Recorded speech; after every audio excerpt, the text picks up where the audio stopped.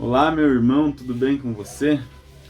Estava aqui meditando na palavra e queria conversar algo com você, falar um pouco da palavra, sobre as situações difíceis que a gente encontra no dia a dia. Eu não sei, com certeza você já passou ou talvez você esteja até passando por uma situação difícil na tua vida. Uma dificuldade, uma preocupação, um problema, uma enfermidade, uma situação financeira difícil. E muitas vezes a gente não entende o porquê, não sei você, eu, no meu passado, muitas vezes já tive um período de muita ingratidão, muitas vezes a gente acaba culpando Deus por o que acontece com nós, principalmente quando são situações físicas, enfermidades, que a gente não entende o porquê e a gente começa a culpar Deus, né? Mas o mais engraçado é que normalmente quando a gente culpa a Deus, a gente nunca leu a Bíblia na vida, né? Ou muitas vezes a gente não lê a palavra de Deus, por isso a gente não entende o porquê, né? Mas eu quero dizer para você que as coisas difíceis, elas também são necessárias. E que independente da situação, Deus ele é bom o tempo todo e ele permite todas as ocasiões que acontecem na nossa vida. Isso é bíblico, está escrito lá em Jó, no livro de Jó, na segunda provação que Jó teve, que até a esposa de Jó naquele momento fala para ele amaldiçoar Deus, e ele fala isso para ela, que Deus ele é bom o tempo todo e que todas as coisas que acontecem na nossa vida são da permissão de Deus. Mas não quer dizer que todas essas coisas elas são ruins, muitas vezes elas vêm para nos ensinar, para nos dar sabedoria. Porque às vezes se a gente não tiver essa provisão de Deus, o que acontece, né? Quando chegar o dia mau, a gente não vai saber como reagir. Porque o dia mau ele existe. Você olhar lá no livro de Eclesiastes, no capítulo 7, no versículo 14, Deus fala que assim como é para a gente se alegrar no dia da prosperidade, para a gente comemorar isso, mas também tem o dia da dificuldade, porque Deus ele criou o dia das dificuldades e da adversidade para se opor à prosperidade. Por quê? Para que a gente não conheça o amanhã, para que a gente desperte a nossa fé nesses dias. Então tem o dia da prosperidade, mas tem o dia da adversidade, tem os dias difíceis. Porque se a gente fosse uma vida perfeita, a gente não teria aprendizado, a gente não desenvolveria a nossa fé. Então Deus ele criou os dois, mas não quer dizer que é ruim. Os dias difíceis eles nos ensinam muito. Eu vejo, por exemplo, agora essa pandemia, são dias difíceis que para alguns o caos, muitos perderam, muitos fecharam as portas dos seus negócios, perderam financeiramente, mas outros já estavam num estado de sabedoria avançado que olharam como um olhar de oportunidade e cresceram ainda mais. Mas o que traz isso para quem está nessa dificuldade? Talvez para você que teve a porta do seu negócio fechado. Olhe para o lado da sabedoria, o que você pode aprender diante disso.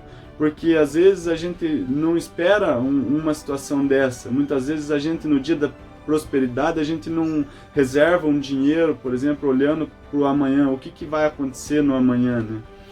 E às vezes acontece isso, uma pandemia, isso nos ensina que a gente sempre deve ter, por exemplo, uma finança reservada para o dia de amanhã, que no dia de amanhã a gente não venha a perecer, porque se a gente olhar, isso é bíblico. José, por exemplo, ele ensinou o povo do Egito, porque se ele na prosperidade, por exemplo, ele desfrutasse de tudo, o que aconteceria com ele nos 7 anos próximos que veio a dificuldade?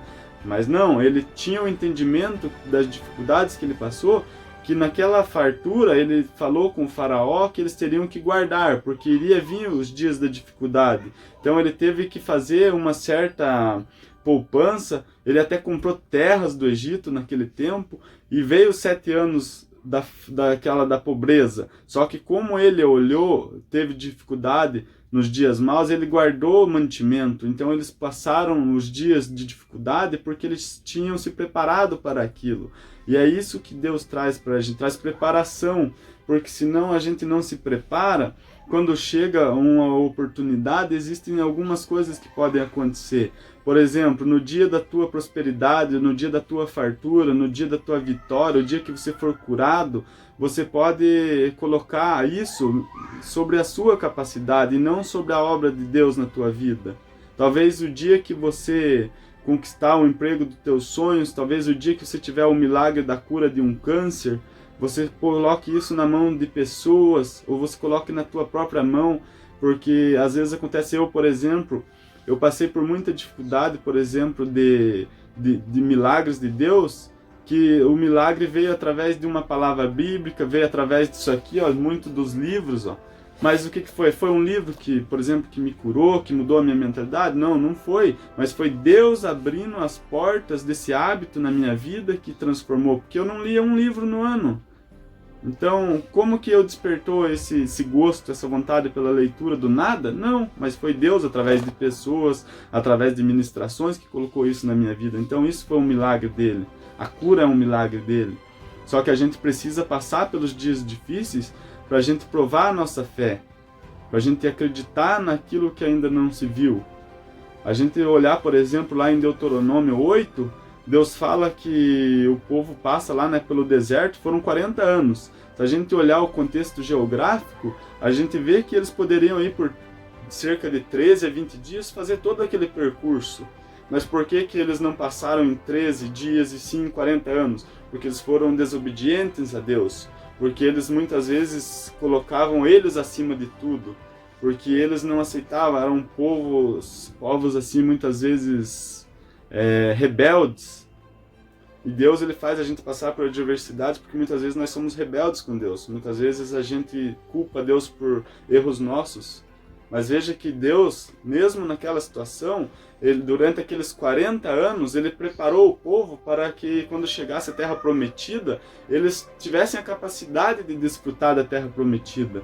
Porque muitas vezes hoje a gente ganha na loteria, a gente ganha no Big Brother, e quando é o amanhã eles perdem tudo de novo. Por quê? Porque eles não estão preparados para usar daquilo. Pegam uma quantidade de dinheiro ali e vai comprando tudo que vê pela frente, quando se vê acabou. Por quê? Porque eles não souberam se preparar. Talvez você já tenha visto dos teus pais, dos teus avós, assim como eu já ouvi, que a gente precisa dar valor nas coisas. E o que é o valor? A gente precisa passar pelo dia da adversidade para aprender a valorizar a prosperidade. Deuteronômio 8 fala exatamente isso. Deus ele humilhou o seu povo, ele fez o povo passar fome. Por quê? Para ensinar. Mas quando o povo realmente clamou a Deus, pedindo ali que Deus tivesse piedade deles, Deus fez cair maná do céu, algo que nem os antepassados deles tinham comido, eles provaram. Só que Deus também falou que nem só do pão viverá o homem, mas sim da palavra de Deus.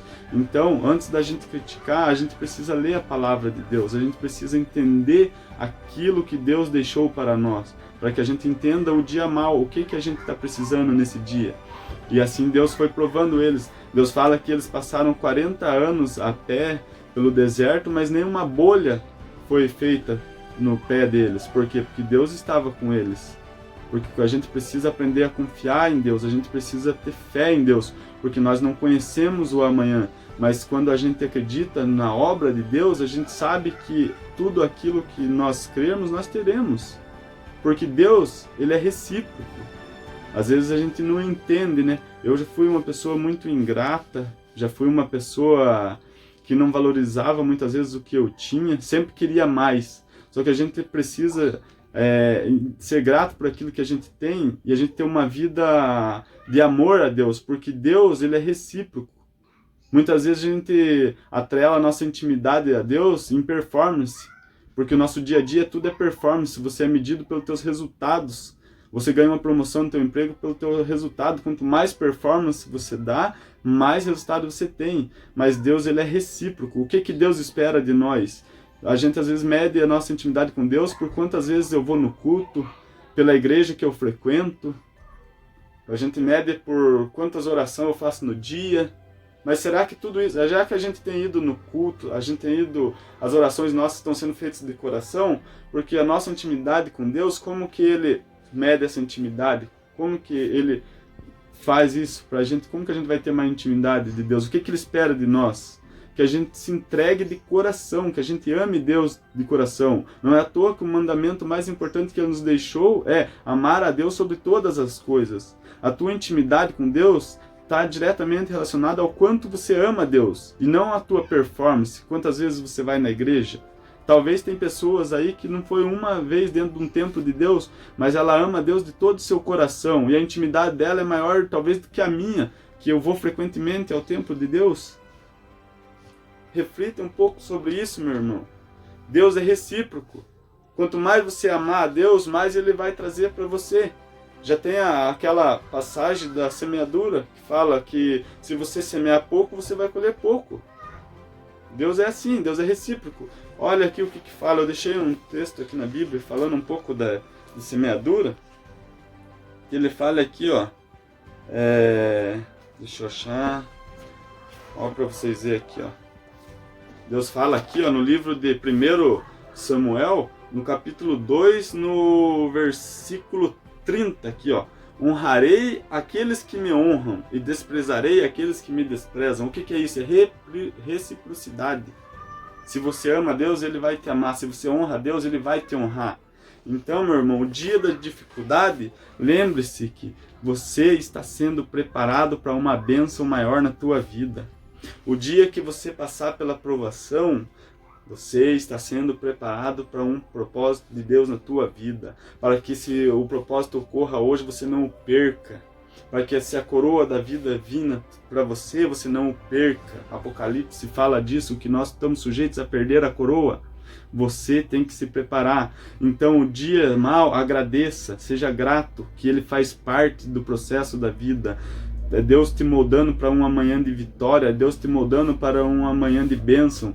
Então, ame a Deus sobre todas as coisas, acima de tudo, acima de todas as pessoas, ame a Deus, busque a Deus, porque Deus vai ser recíproco com você. Se você fala na palavra aqui, também muito sobre oferta, o quanto você ajuda o próximo, o quanto você faz a obra, o quanto você dá no seu dízimo. Quanto mais você der, mais Deus dará para você. Quanto mais você ajudar um irmão, mais Deus trará para você. Você precisa abrir a porta, se desfazer de bens materiais, se desfazer daquilo que está acumulado, para que outras coisas possam entrar na tua vida. Você precisa acreditar em Deus, meu irmão. Eu não sei se essa pandemia te afetou, eu não sei se você pegou esse Covid, eu não sei se você está com câncer, eu não sei se você fechou o teu negócio, se você está passando fome, meu irmão.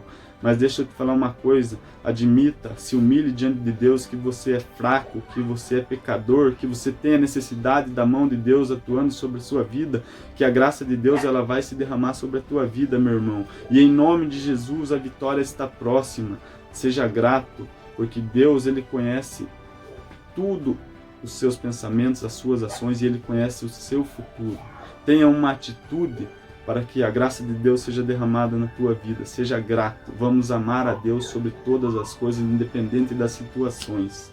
Essa palavra é que senti no coração para falar para você. E aí eu vou mais além. Independente do que você está passando por hoje, meu irmão, tenha fé. Hebreus 11 fala que a fé é o firme fundamento daquilo que não se vê, mas se espera. Então espere em Deus, confie em Deus que a vitória vai chegar para você.